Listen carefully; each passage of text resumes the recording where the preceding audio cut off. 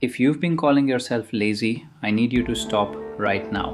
Because what you're experiencing isn't laziness, it's mental exhaustion. And there's a massive difference. In the next few minutes, I'm going to show you exactly why your brain is burnt out, and more importantly, the 3 spiritual practices that will bring your energy back. Look, I used to beat myself up constantly. I'd wake up exhausted, drag myself through the day, and then feel guilty for not doing more. I thought I was just lazy, undisciplined, weak. But then I discovered something that changed everything. The problem wasn't my work ethic, it was that I was treating symptoms instead of the root cause. And once I understood what mental exhaustion actually is, I found peace I didn't think was possible. Here's what we're covering today. First, I'll reveal the hidden difference between laziness and mental exhaustion that nobody talks about. Second, I'll break down the 3 signs your mind is completely drained. And third, I'll give you 3 simple spiritual tools you can use today to restore your mental energy and find calm again. Let's start with the truth nobody wants to hear. Laziness is a choice. Mental exhaustion is not. Laziness is when you have the energy but you choose not to act. Mental exhaustion is when you want to act but your mind literally cannot process one more thing. Think of your brain like a phone battery. Laziness is having 80% battery and just not opening the app. Mental exhaustion is being at 2%, stuck in low power mode, barely able to function. Here's what's actually happening in your brain. When you're mentally exhausted, your prefrontal cortex, the part responsible for decision making, focus, and willpower, it's overloaded.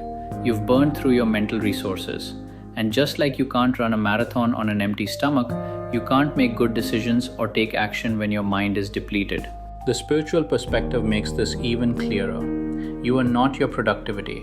You are not your output. You are a soul having a human experience, and your soul needs rest just like your body does. When you're mentally exhausted, it's your inner being saying, we need to slow down and restore. This is why pushing through doesn't work. You can't discipline your way out of mental exhaustion any more than you can discipline your way out of physical hunger. You need nourishment. You need restoration. You need to stop treating yourself like a machine and start honoring yourself as a spiritual being. So how do you know if you're actually mentally exhausted? Here are the 3 signs that your mind is running on empty. Sign number 1, decision fatigue. Even tiny choices feel impossible. What to eat, what to wear, whether to reply to that text. Your brain is so overloaded that every decision feels like climbing a mountain. This isn't weakness. This is your mind telling you it's tapped out. Sign number 2, emotional numbness. You're not really happy or sad, you're just flat. You scroll through your phone feeling nothing. Good news doesn't excite you. Bad news doesn't really bother you. You're just going through the motions. This is your soul's defense mechanism. When you're overwhelmed, you shut down emotionally to protect yourself. Sign number 3, the constant mental fog. You read the same paragraph 5 times and still don't know what it said. You walk into a room and forget why you're there. You can't focus on conversations because your thoughts are scattered everywhere. This isn't early Alzheimer's, it's mental exhaustion. Your brain is running 1,000 programs in the background and has no processing power left. If even one of these resonates with you, listen carefully. Your mind is waving a white flag. And the most spiritual thing you can do right now is honor that signal instead of pushing through it.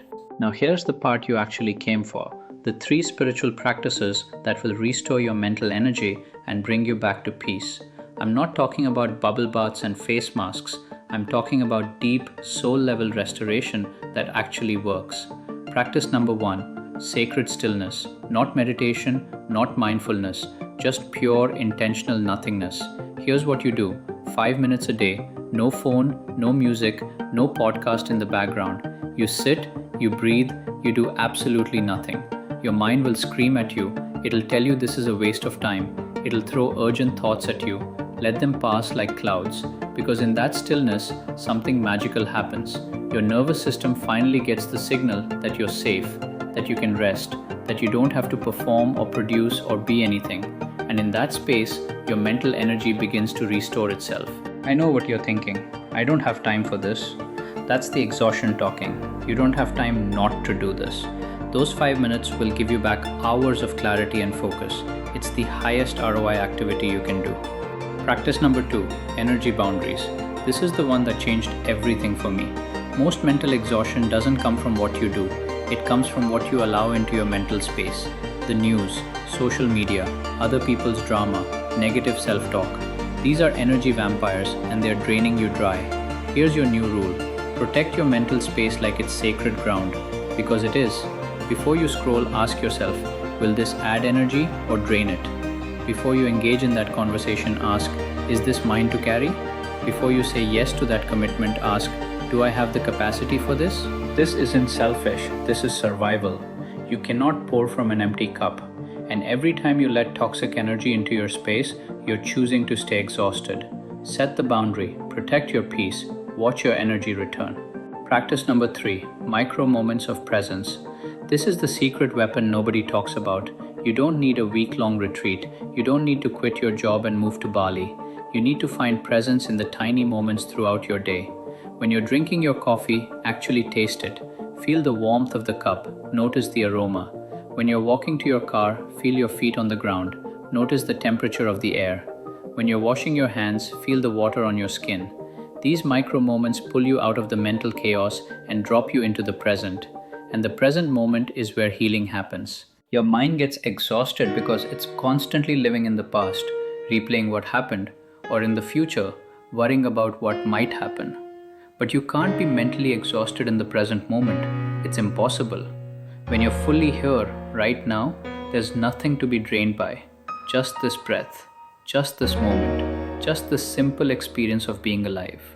Do this 10 times a day. Just 10 tiny moments where you come back to now. You'll be shocked at how much mental space it creates. Look, I want to leave you with this. You are not broken. You are not lazy. You are not failing. You're a human being with a finite amount of mental energy living in a world that demands infinite output. And the most revolutionary thing you can do is stop apologizing for being exhausted and start honoring what your mind and soul actually need.